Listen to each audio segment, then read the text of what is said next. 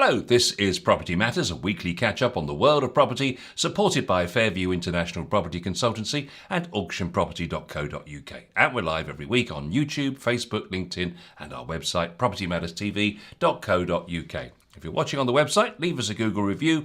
And if you're watching on the social media, then get involved in the conversation and the comments section. Our email address for any discussion that you want to have with us on the show is hello@propertymatterstv.co.uk.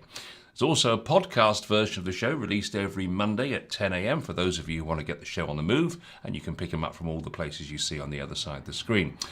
So let's take a look at this week's property news with our property expert, Joe Joshi. Hi, Joe. Hello, Paul. Good morning. Good morning to all our viewers and listeners, wherever you are. Let's take a look at our first story, which was a big one this week. The major planning overhaul unveiled this week by the new Labour government. The government set to allow construction on an area of Greenbelt cumulatively larger than Surrey to meet Labour's target of getting 1.5 million homes built by 2029. Housing Secretary Angela Rayner unveiled a major planning overhaul that will allow construction on more of the buffer around major towns and cities. She is expected to widen the definition of what is classed low-quality green belt, or grey belt as it's become known as part of the broader plans to encourage councils to play their part to meet housing need by reaching an ambitious target of 370,000 homes a year. This comes less than a week after the Prime Minister announced the plan for change that sets out the milestone of delivering 1.5 million new homes over 5 years. The government says it will turbocharge growth with new mandatory targets for councils to ramp up house building across the country. The planning overhaul is set to tackle the chronic housing crisis once and for all, and will mean hard graft at work will be rewarded with security at home.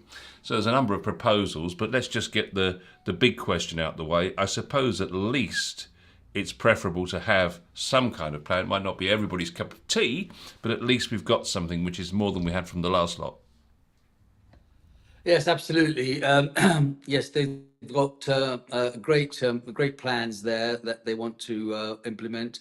1.5 million homes in their term is ambitious, but it's not impossible, providing things don't get in the way. And that's probably the mildest way of putting it. It's about things not getting in the way. And that's always been the problem. There are a number of things that get in the way, things like shortage of planning officers, consultants, shortage of support from neighbours, supportive of support from the councils, and joining councils, especially when you look at the South Bucks councils and the other counties and areas that are probably more notoriously known as leafy green areas, green belt areas.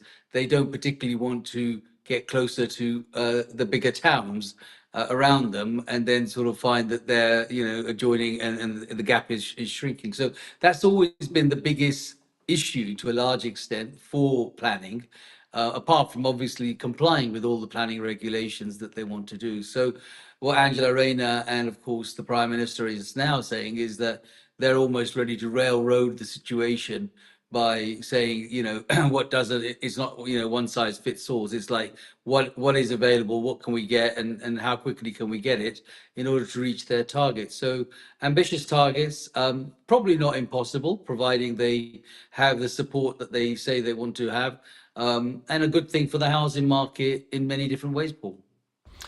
Well, they've got 5 key areas that they're looking at, so let's just quickly run through them. Councils will be told to play their part to meet housing need with new immediate mandatory housing targets for councils to ramp up house building and deliver growth across the country, putting more money in working people's pockets, they say.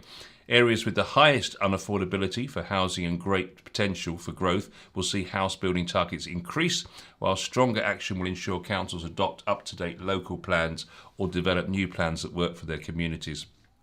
A new common sense approach will be introduced to the Greenbelt while remaining committed to a brownfield first approach The updated plans will require councils to review their greenbelt boundaries and to meet targets, identifying and prioritising lower quality grey belt land.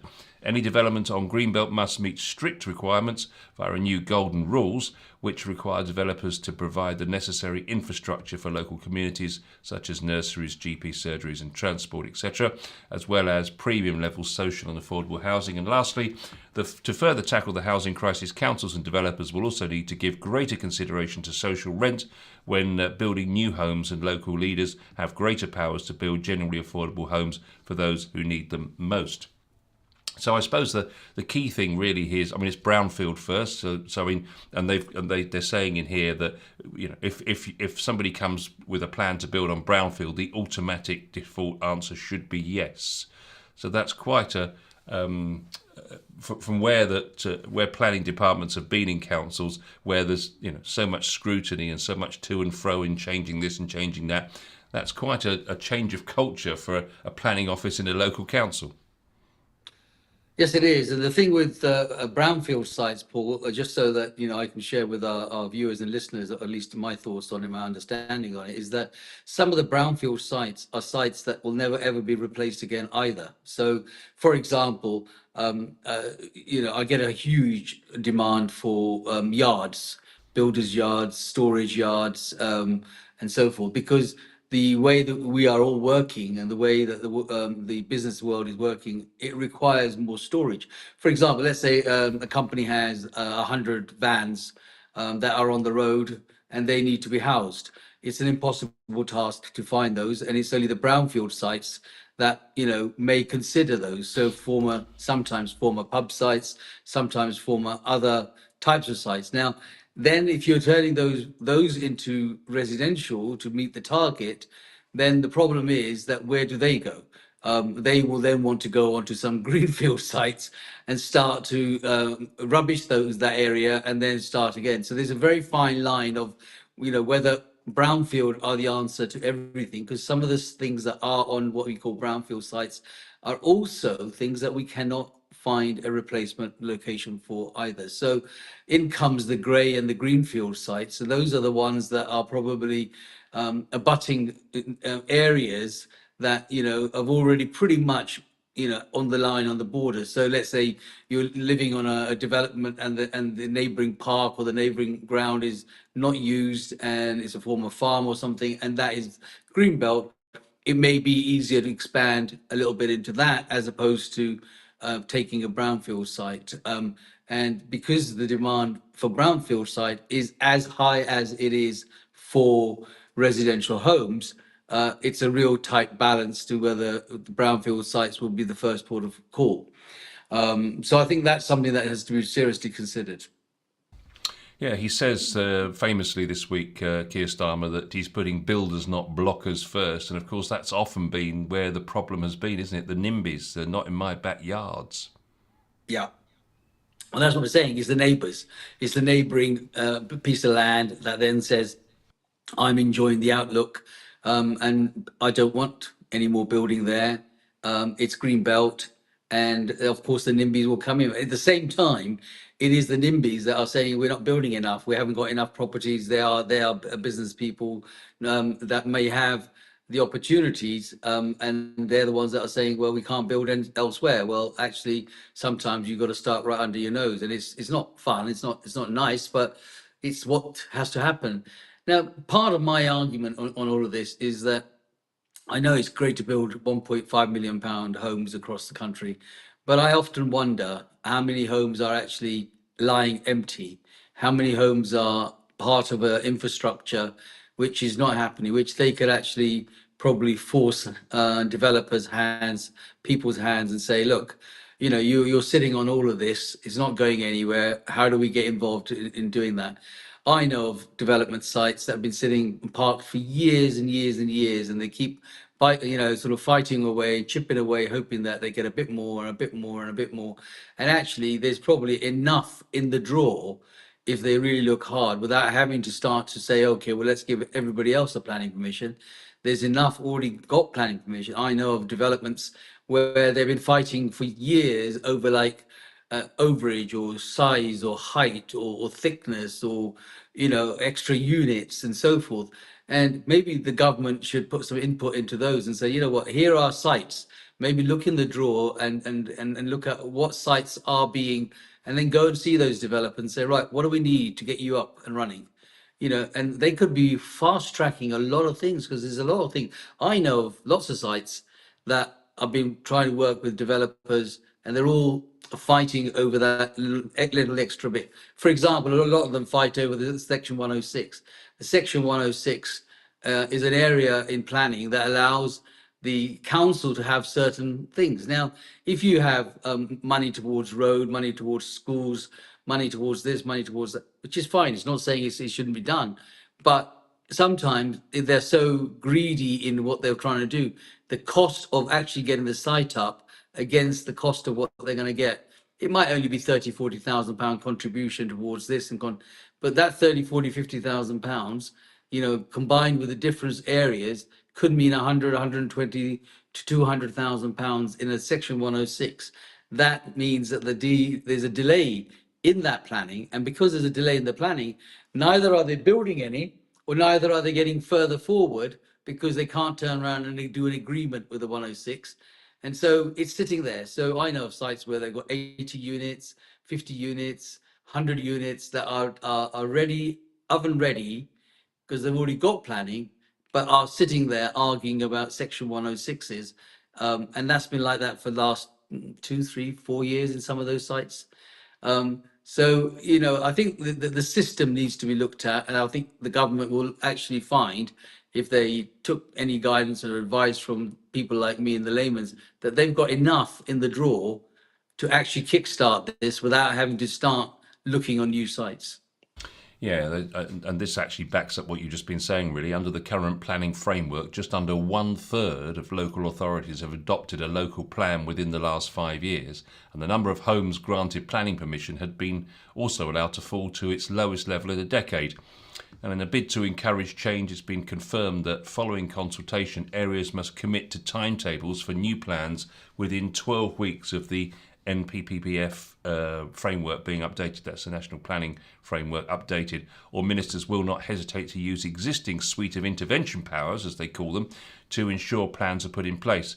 The Deputy Prime Minister said, from day one I've been open and honest about the scale of the housing crisis we've inherited. This mission-led government will not shy away from taking the bold and decisive action needed to fix it for good. And of course, therein lies the other issue with this, and that's been the funding. I mean, they've been cutting back on planning departments, councils, because they've had no money. So, having extra planners in was just going to be seen as an extra cost. Let's make people wait months and months and months for decisions because we haven't got the staff. So, again, and I noticed in here they've put £100 million of cash in to next year, so that can be used to hire more staff and consultants, as well as more resources to carry out technical studies and site assessments. So hopefully, if that money is forthcoming and properly invested in the right people, then what you were saying about the 106s and the blockers that are stopping these things from happening may come forward. It's a bit like the horse and the cart here, isn't it, Paul? I mean, they want money towards people to come on board, the consultants, the planners, and so forth, but they don't want to build. And if you don't build and get the buildings up and running and get people, into homes, off of the lists that are exhausting funds in the councils otherwise, for example, temporary accommodation, all of that sort of stuff where money's got to go, they could actually relook at how much money they've got and get on with the job in hand. But it's the left and the right. Every department has their issues. Each one is fighting for its bit in funding. But if they worked collectively and said, right, let's get this out of the way. For example, let's give you an idea.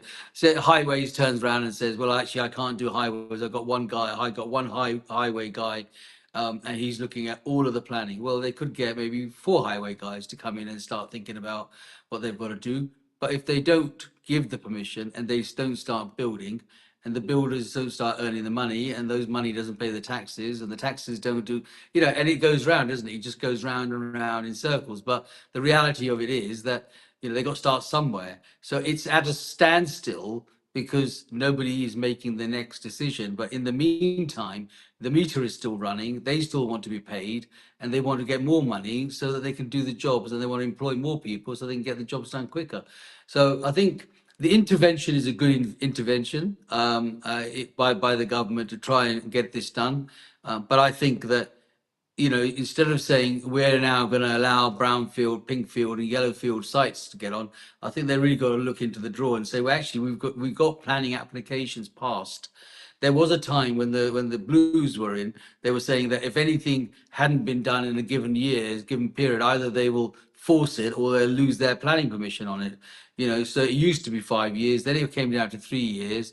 And then if you stick a shovel in the ground and say you've started your works, then the planning permission was in situ, now used, and it's been sitting there for another 3, 4, 5, 6 years, because that developer is saying, well, I actually need to get maybe another 2 or 3 or 4 or 5 or 10 units in order to now meet. The other part of this, of course, is that the building costs have gone so stupidly high that it now is not just about the planning and about the land. It's now the cost of building. In some cases, developers own land that is now worth less than what it should be, because the building cost, the actual physical building cost and labor have gone so sky high that it now doesn't make it worth their while to build. So they look at alternatives that could happen with that site, or leave it until such times as it catches up with itself. So there's lots of other things that the government, and they can't intervene in building costs. They can't go out and tell B&Q, can you chop the prices down? Because B&Q will say it's got nothing to do with you, and it's our profit margin. So it's a constant chase, but there are many other areas that have to be looked at as well. One Labour growth group, the co-chair of that group, Chris Curtis, said Christmas Day, there's another aspect here, this Christmas Day, over 150,000 children will wake up in temporary accommodation. This is unconscionable, which is an interesting word I didn't know existed, and it will happen in large part due to broken planning system for far too long. It's been incapable of providing homes for people who need them. And there is that issue, isn't there? The fact that actually we still have lots of people in hotel rooms and other accommodation. Yes, the point I was trying to make is that we spend so much money on, short-termism, because we're not prepared to really put our head behind what could be long term.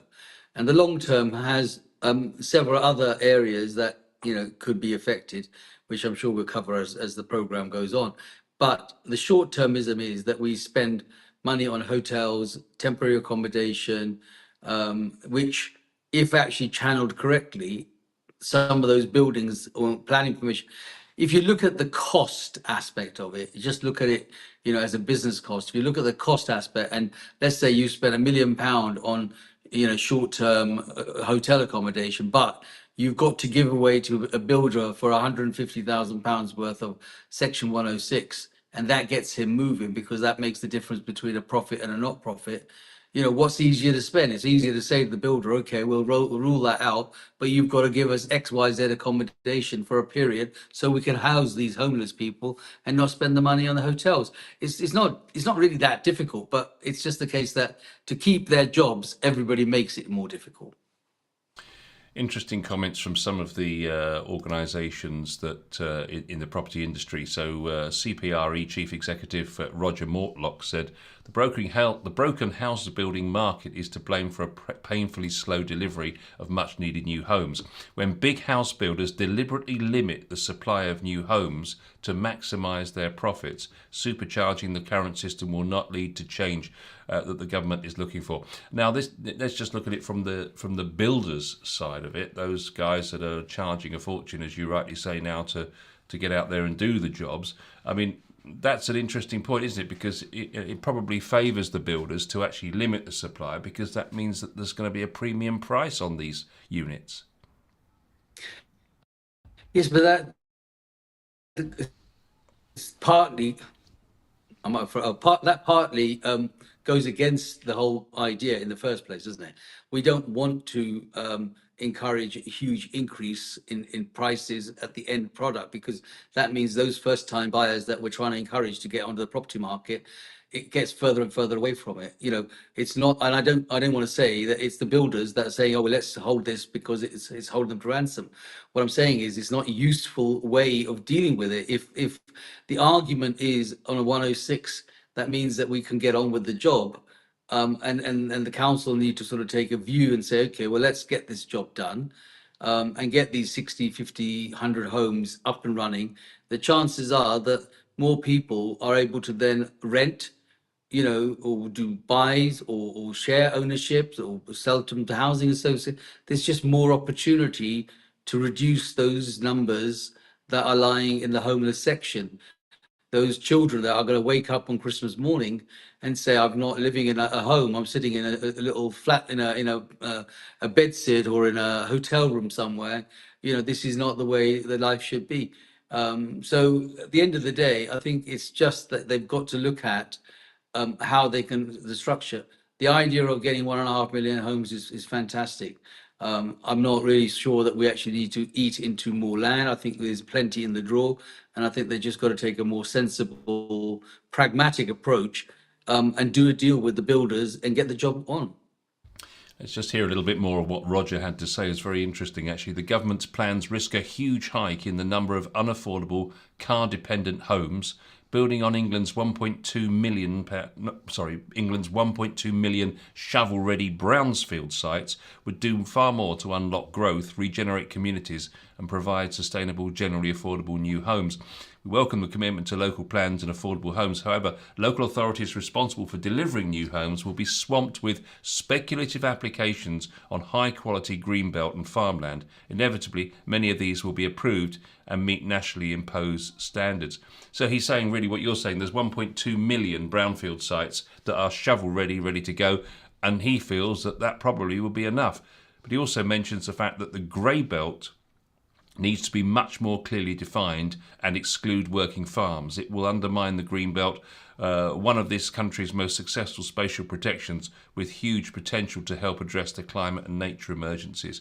So he's saying really we need some much more clear guidelines on grey belt.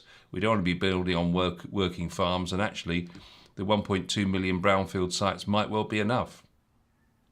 Yes, and there's your answer. We want to do 1.5 million homes. We've got 1.2 brownfield shovel ready, ready to go. So they need to negotiate with those people. And then if there's others, for example, lots of councils have loads and loads of homes that are lying empty that they haven't repaired.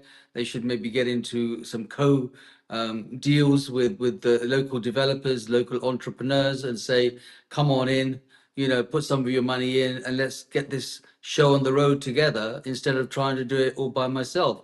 And so, I think the reality is that we've got enough in there. We've always had enough. And I don't know how many times I've said this on our programs, that half of the stock that they need is probably stock that they've not used and is not repaired. I mean, so many homes that belong to the council are sitting there empty and not been dealt with. They should put that time and energy into those, and at least house some of that list that is on their list, instead of paying hoteliers or putting them into hotels, and saying, here you are, can you just do this job for us?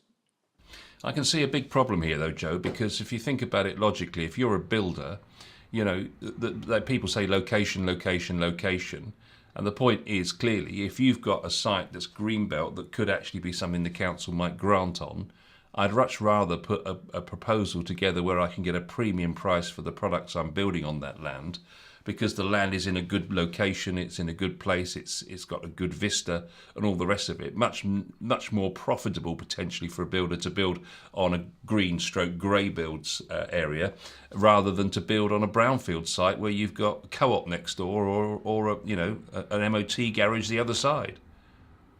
Well, I mean, I tend to disagree a little bit there, because the problem with that is going to be that when you got a co-op or another site next door, part of the movement today, especially in the younger generation, is about communication, and those sites may be blocks of flats.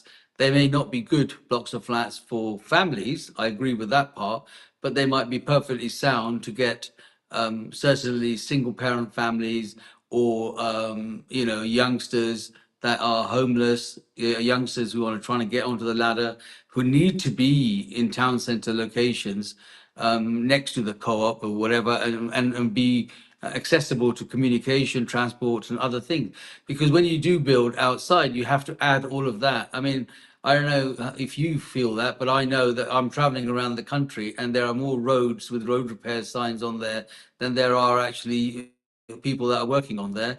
And that causes a lot of problem. The infrastructures are now, way too shallow for the number. So if they are going to build on the green belt, they're going to have to create proper infrastructures, and that's going to be disruption. So it's not just about that. I believe that there is probably enough in the drawer if they look carefully, and they should bring the builders, developers to the table and say, what is it that you need? What is it we need? Let's draw up a line here and agree a deal and get on with it. I think we'll fast track that far, far quicker. I mean, if he wants me to be on his panel, Mr. Starmer, I'll send you my number. We're happy to do that. You heard it here first. Yeah, I can see planning departments being inundated with loads of prospective greenbelt proposals. That's my worry. But let's just have a listen to what Ian Barnett, who's the National Land Director at Leaders Romans Group, he said, what a difference a year makes. The NPPF changes announced provide a new framework for the industry to work to, and a flurry of activity on LinkedIn as everyone seeks to understand the key points and how they will affect their projects. There have been many grand announcements in my time in planning and development. The priority has always been to build enough houses for the country's population in the right places and in a manner that protects the most valuable landscapes and environmentally sensitive areas. So are the latest announcements any different to what we've heard before? On paper, yes, absolutely. The conviction and tone, as well as the content, does suggest that this time at least, the government is serious. This new opportunity for development and housing delivery, it has to be worked through, and it's down to them to do that, clearly. While some would like to have seen more in terms of strategic planning, at least there's a new window of opportunity for many sites that are suitable for development and which have been held by inefficiencies and a lack of resources, meddling local politics and NIMBYism to come forward. Delivering 1.5 million homes in the first term is ambitious and utterly unrealistic under the previous planning system. The time for delivery is here, and it's the responsibility of everyone in the industry, developers, landowners, planners and local authorities to do what's needed. The framework is there, but it will take time to bed in, and what we need now, more than anything, after a new update for the last two Christmases, is stability so we can get on with the task ahead. And that's a good point at the end there, isn't it? Everybody does suddenly start needing to work together, but will that ever be possible given that everyone's got their own personal agendas? Well, unless you bring them to the table and actually exhaust what those personal agendas are, then to be honest with you, we're just going to go around and around the table here. I mean, this government, another government, and anybody else that wants to come to the table will continue to have that discussion. I think, if you look at the real world of negotiation, you need to get them to the table and say to them, right, what is it that we can do to help you, which means it will help us, and get this moving fast and fast track this. It's not an impossible task. It's just that everybody has their own agendas, and those agendas need to be addressed at the table. That's my view on it, and I think it can be done. We've been negotiators. I've been a negotiator for pretty much all my life, and I know that if you don't, bring both parties to the table, we're not going to get anywhere fast. And I think that's what's going to happen here. Well, it's certainly going to be interesting keeping an eye on the developments of this national planning framework. And of course, that's what Property Matters is here for each week. And we'll be grateful of your company again for another Property Matters very, very soon. Thanks for watching.